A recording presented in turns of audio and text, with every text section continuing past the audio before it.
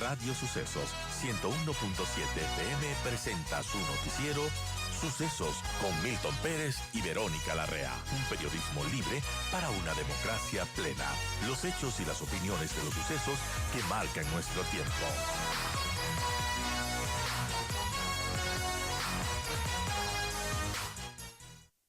Con 43, vamos a dar la bienvenida a Alberto Acosta Burneo, economista, analista económico, editor en Análisis Semanal, porque hay desafíos importantes en este gobierno para este próximo periodo y sin duda los desafíos económicos son los más importantes, porque claro, el presidente ha dicho que esta es la era de las obras, la era de activar la obra pública y bueno, los indicadores económicos están ahí. Esos son los desafíos. Estamos con Alberto Acosta, a quien le damos la más cordial bienvenida. Gracias, Alberto, por acompañarnos. Bienvenido. Y bueno, ¿cómo lograr esos desafíos, esas obras que plantea el gobierno, esta era de las obras?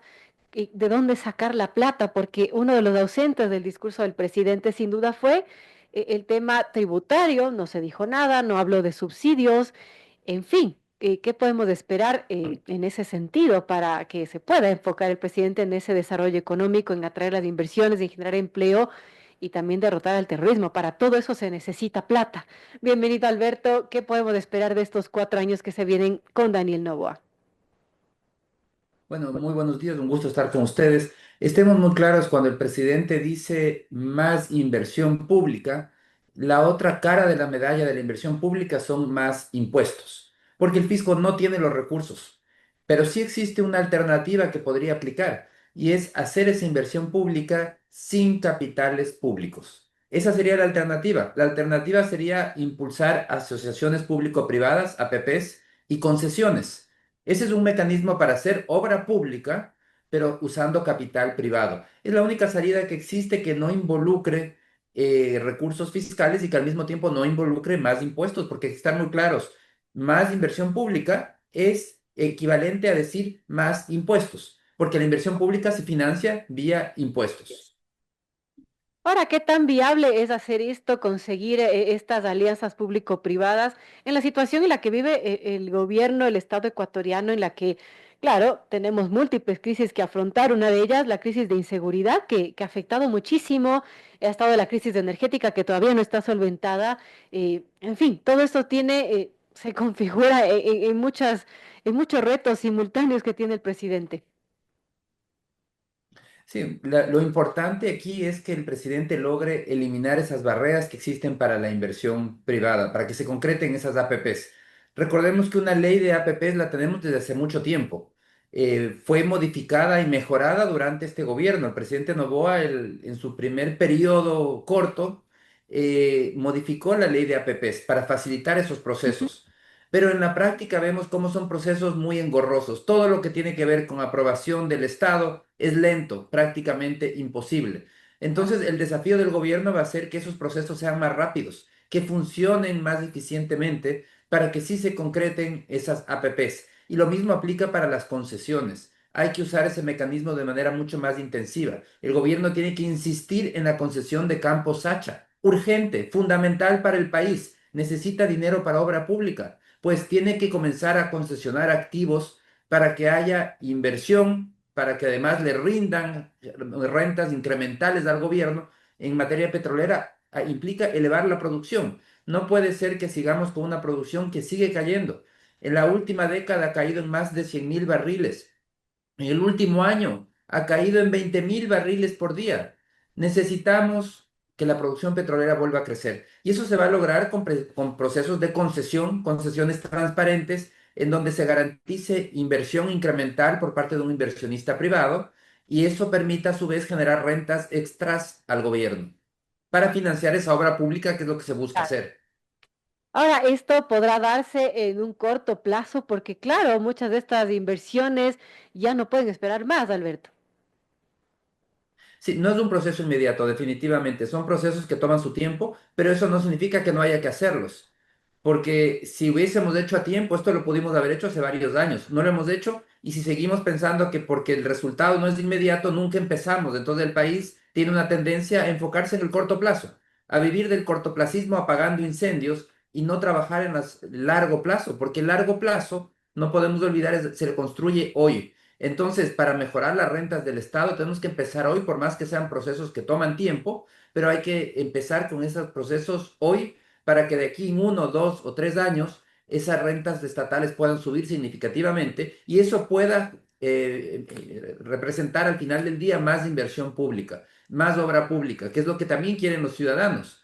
Pero hay que estar muy claros, no hay cómo hablar de más inversión pública desligado de la fuente de ingresos. Y la fuente de ingresos es o más impuestos, que eso es muy fácil de subir, y muy rápido, o más rentas para el Estado, y más rentas para el Estado es con concesiones, concesionar en el sector petrolero, concesionar carreteras, es decir, buscar mecanismos para liberarle de necesidades de inversión al Estado, para que el Estado pueda tener recursos para invertir en otras áreas muy urgentes en donde no hay interesados privados. Hay mucha expectativa sobre esto. El presidente Nova promete reactivar la inversión en obra pública que viene cayendo, pero desde el 2018. La pregunta es, ¿lo logrará? Viendo datos, la obra pública en el país comenzó a caer en el 2018. Para el 2024, de los 386 millones presupuestados para obra pública, solamente se habían ejecutado 157 millones. Con ese dato, Alberto, ¿qué tan optimistas podemos ser de que realmente cumpla esta promesa? A ver, a mí lo que me preocupa más bien es por el lado de los ingresos, porque el gastar siempre es más fácil. Y si vemos los datos de lo que va del año, vemos que el gobierno aflojó la llave del gasto aceleradamente, lo cual no es una buena noticia, es absolutamente preocupante, Claro. porque los ingresos no le acompañan. Entonces vemos cómo en enero, abril de este año, el gasto total subió en 1.400 millones de dólares aproximadamente, de los cuales 900 millones son gasto corriente y unos 400 millones son inversión pública. Entonces vemos cómo se puede incrementar la inversión pública, se puede incrementar el gasto de una manera rápida, como se ha iniciado en estos 4 meses del año, pero si es que no se va de la mano con los ingresos, esto solamente es pan para hoy, hambre para mañana. Significa que el ajuste mañana va a tener que ser mucho más fuerte, porque se está gastando un dinero que no se tiene y comienza a incrementar atrasos fiscales, se compra pero no se paga. Entonces, el problema aquí no es cómo, y la prioridad no debe ser cómo elevamos la inversión pública. Lo importante es ir un paso atrás. ¿Cómo financiamos esa inversión pública? Y ahí es donde tiene que trabajar el gobierno para poder generar esos ingresos que se necesitan para poder financiar esa inversión pública. Que como digo, la mejor manera, la más eficiente y la menos destructiva es vía concesiones o APPs. La otra opción, que tiene un efecto destructivo, es vía incremento de impuestos. Porque si incrementamos, sí, todo el mundo habla del efecto multiplicador de la inversión pública, pero se olvidan mencionar el efecto recesivo de los impuestos. Así. Entonces, inversión pública financiada con elevación de impuestos tiene un efecto multiplicador por un lado y un efecto recesivo por el otro.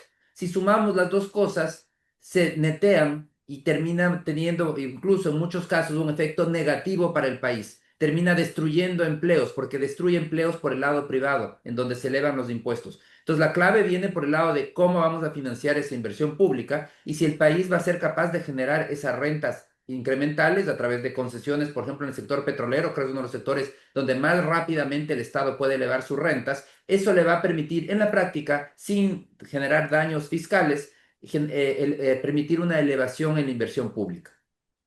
Así es, bueno, lo que pasa con el tema de la inversión pública es que la inestabilidad política, la crisis de seguridad, los apagones incluso han sido trabas para que el sector privado invierta más en nuestro país. Ahora, también otro tema que no se ha topado y que incluso fue uno de los grandes ausentes, obviamente, en el discurso del presidente, es el tema de subsidios. Hay quienes creen que se debería ya eliminar los subsidios. ¿Cómo lo ve Alberto?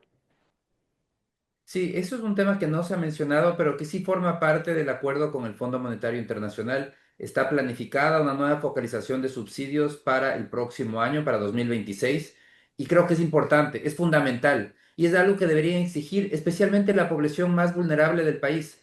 Los grupos indígenas, por ejemplo, deberían ser los primeros que deberían exigir que se focalicen de una vez por todas esos subsidios, porque son subsidios a los más ricos, al que más tiene. El grueso del subsidio, más de la mitad de los subsidios se van al quintil más rico de la población. Es un absurdo que un país con tantos pobres se dedique a destinar tanto recurso a los más ricos. Necesitamos focalizar los subsidios. Ese subsidio tiene que ir vía transferencia de efectivo, en efectivo, a los más vulnerables. Y de esa manera, que sea un subsidio focalizado a quien realmente sí lo necesita. Entonces, ese cambio tiene que darse de manera urgente y es necesaria para poder racionalizar el gasto, porque tenemos un gasto público de muy mala calidad, enfocado en transmitir rentas a quienes no lo necesitan y en cambio cuando llega el turno de quienes sí lo necesitan, los recursos ya no están, ya no alcanzan. Claro. Ahora, bueno, hablando también de cómo conseguir esa plata, siempre es conocido la vieja confiable, ¿no? De pedir préstamos a los multilaterales.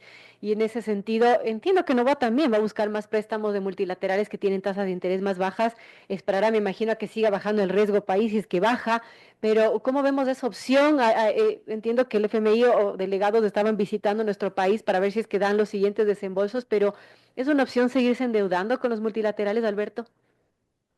Ya existe un acuerdo con el Fondo Monetario que está otorgando financiamiento del FMI y de los multilaterales para poder poner en orden la economía. Ese acuerdo involucra nuevo financiamiento a futuro, es decir, ese financiamiento va a continuar. Vamos a seguir recibiendo en los siguientes años más ingresos por el lado del endeudamiento externo que lo que tenemos que pagar al exterior.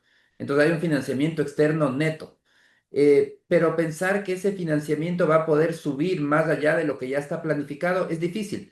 Existen ciertos mecanismos, por ejemplo, el Fondo de Resiliencia, que es un fondo que creó el Fondo Monetario Internacional para combatir los efectos de la pandemia. Esa sería una opción. Podríamos recibir tal vez 1.300 millones de dólares adicionales, pero no hay mucho más.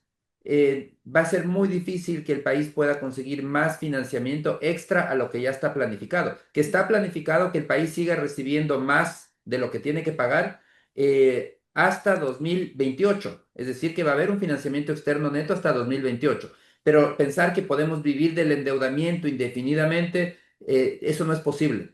Ese endeudamiento, a pesar de tener ese financiamiento externo neto, hay que seguir poniendo en orden las cuentas fiscales, racionalizando el gasto, porque nadie puede vivir del endeudamiento indefinidamente. Claro, eso es una bola de nieve que sigue creciendo, ¿no? Otro tema que se planteaba es que el gobierno de Novoa quiere hacer más eficientes las empresas públicas, por ejemplo, quitar la corrupción. Y bueno, eso también le podría dar recursos al gobierno, Alberto, ¿qué tan posible es hacer eficientes las empresas públicas? Bueno, es fundamental. Tenemos a Petroecuador, que es la empresa más grande del país, que es una empresa que no rinde cuentas a nadie. Desde 2019, el Fondo Monetario Internacional les dijo a los ecuatorianos, por Dios, auditen los balances de Petroecuador, la empresa más grande del país que no tiene balances auditados. Auditar balances es una obligación de todas las compañías en el Ecuador a partir de cierto tamaño. Pero la empresa más grande del Ecuador, por supuesto, tiene una corona que le permite no auditar sus balances, no rendir cuentas a nadie.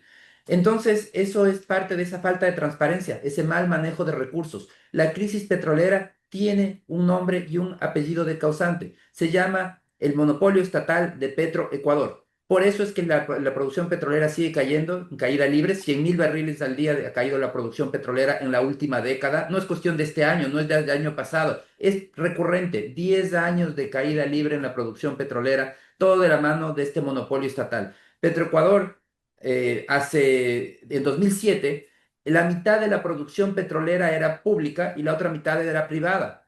En la actualidad, ese monopolio estatal ha seguido asumiendo más activos y en la actualidad, el 80% de la producción petrolera es estatal, pero claro, es una producción petrolera cada vez más pequeña. Entonces, hacer eficiente Petroecuador es necesario y No. no solamente eso, para salvar al sector petrolero hay que hacer que Petroecuador se enfoque en los activos que sí puede manejar y hay que quitarle todos los activos que no puede. Hay que concesionar campos Hacha. Es urgente. El país necesita elevar su producción. Hay que seguir concesionando campos que en este momento están soñando, guardando el sueño de los justos en manos de Petroecuador, que no tienen los recursos, no tiene la tecnología y no tiene ni siquiera la transparencia, y esos activos entregarlos al sector privado para que eleven la producción. Y estemos muy claros, y hay algunos que pensarán y dirán, para que se nos lleven nuestros recursos. No es así, porque la ley actualmente establece que el Estado puede estar sentado en su escritorio sin hacer nada, igual va a participar con al menos el 50% de las rentas por la extracción de recursos naturales. Es decir, sin hacer nada. el Estado está participando con el 50% de las rentas. Entonces puede tener unas rentas mucho más grandes si obtiene una producción de una empresa competitiva que rinde cuentas, una empresa privada, le va a dar rentas mayores al Estado que ese barril sin fondo que es Petroecuador, que ya vemos cómo hace aguas por todo lo que topa. Ah, Los oleoductos que ahora están a su cargo, los problemas con los oleoductos, la refinería que el país desperdició $2.000 millones supuestamente para arreglarla y vemos cómo se incendió el día de ayer, sí, estaba en tiene falta de emergencia. Sí. mantenimiento. Los pozos petroleros, que se cae el sistema eléctrico porque no le han dado mantenimiento, porque una lagartija produce un colapso en todo el sistema eléctrico petrolero del Ecuador. Es un tema dramático la situación de decadencia a la que ha llevado el monopolio estatal de Petroecuador al sector petrolero. Y no hablemos de la inestabilidad también en sus cabezas, en sus gerentes. Recientemente fue nombrado Leonard Browns como el séptimo gerente general de Petroecuador desde que el presidente Noboa inició su periodo en noviembre del 2024. Así que eso también debe darnos una luz de lo que está pasando, ¿no? Al interior de esta Y un empresa. tema fundamental que no quisiera dejar de mencionar, cómo Petroecuador bloquea el avance tecnológico y el progreso en el país. En el Ecuador, por ejemplo, el uso de gas natural es mínimo, menos del 1% de la energía que consume el país es gas natural, cuando el gas natural es muchísimo más barato que el diésel. Ah, En la región, el 30% de la matriz energética es consumo de gas natural, pero en el Ecuador, a través de Petroecuador, y claro, grupos de interés que están detrás, han bloqueado la gasificación del Ecuador, que debió haberse dado hace muchísimas décadas. Entonces vemos cómo Petroecuador es un agente que bloquea el desarrollo del Ecuador, bloquea la generación de nuevas rentas para el Estado y al final del día limita la capacidad del Estado de poder invertir en obra pública. así es, bueno, ya están un poco trazadas las líneas de lo que debería hacer y tomar en cuenta el presidente Noboa está ya en su capacidad y en la de las personas que eligen su gabinete para ejecutar todo lo que tiene pensado. Yo le quiero agradecer a Alberto Acosta Bueno, analista económico, editor de análisis semanal, por acompañarnos analizando los desafíos que tiene este próximo periodo presidencial. Gracias, Alberto, por acompañarnos en esta mañana. Muchísimas gracias, siempre es un gusto.